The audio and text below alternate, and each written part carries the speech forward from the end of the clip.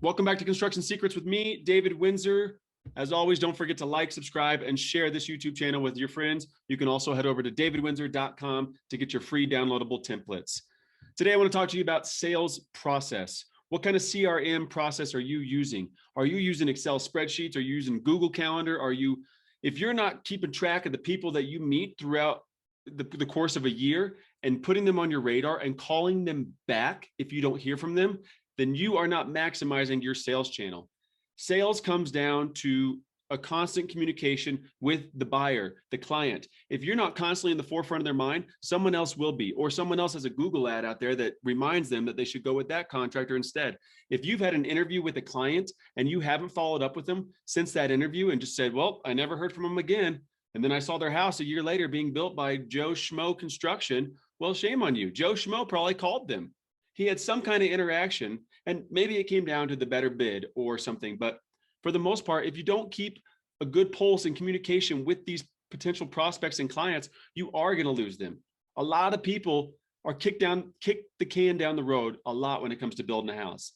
They got to find the right architect, and then they're tweaking stuff, and then they want to do something that they got to wait from the city for, and then they decide they want to add a new bedroom, and then they're interviewing contractors, and then it's winter, and now they're going to wait till summer. Like, that stuff happens. So you constantly have to be communicating with them to let them know that you're still interested in doing the job for them. So whatever system you use, you got to have some kind of system that helps you keep notes. When I worked for this commercial contractor, a multi-billion-dollar company, the business development team, the department I worked in with these three guys, we had a system, and it was a very robust software that we used, but it was called Cosential, and Cosential was it was a running dialogue of what was going on with our sales and the percentage and our backlog and our procurement and what we had coming down the pipeline, and notes. And so you got to have something to keep you in the loop and keep you remembering about these people. So what I use is I use Buildertrend, as I did with the schedule, and I use Buildertrend for most things.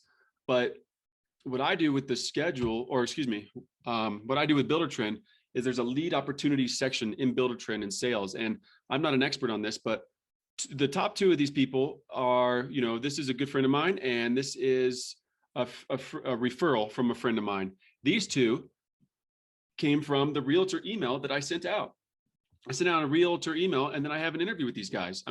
But as you can see, I'm very conservative when I come to my percentages. I noticed when I worked in business development with this billion-dollar company, you think you got a job, it's in the bag, and then in the last minute, they tell you that you didn't get it, and it just crushes you, and your backlog was accounting for it. And so I never want to give myself 100% or 85% until I have locked down the contract, especially in initial conversations. So I went conservative on these, but so in here, you can make notes, you can give them proposals through here, they can sign a contract through here.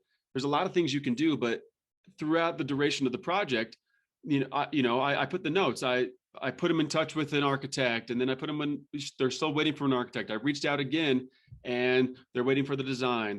Not much has changed. But then last week I went out and I took a drone footage of their project, and they're building in a new development right by the ski resort.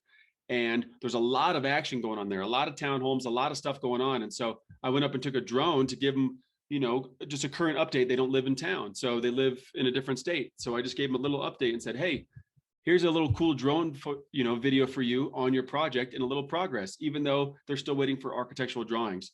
Those are the little things that you need to do if you're going to be in sales, and you are in sales. I hate to tell you, but every time you're bidding a job, you're trying to sell that you are the best company for that job, whether you tell that story through the price of your job or the quality of work you do or the availability in your schedule. You're telling a story to try and close the sale. So don't think that you're not in sales. So in here, you need to understand what it's going to take to build a customer retention management system. And I use Buildertrend. It doesn't matter what you use, but you got to go back and review it. If it's in Excel, once a month, go back. You got to keep touching people. So that's my little rant on the construction secrets today. Find a sales source that you use in software or a legal notepad even, but keep it updated. Keep it updated. Constantly be communicating with your clients that you haven't landed yet. And if you do land them, you should be communicating more. We're in the business of customer service, and we'll talk about that in another episode. So I use Buildertrend. Use whatever you'd like. Thanks for tuning in. Don't forget to go over to davidwindsor.com to download those free templates to you. All I ask in exchange is that you share this podcast I'm going to get it, this YouTube channel with one of your friends today.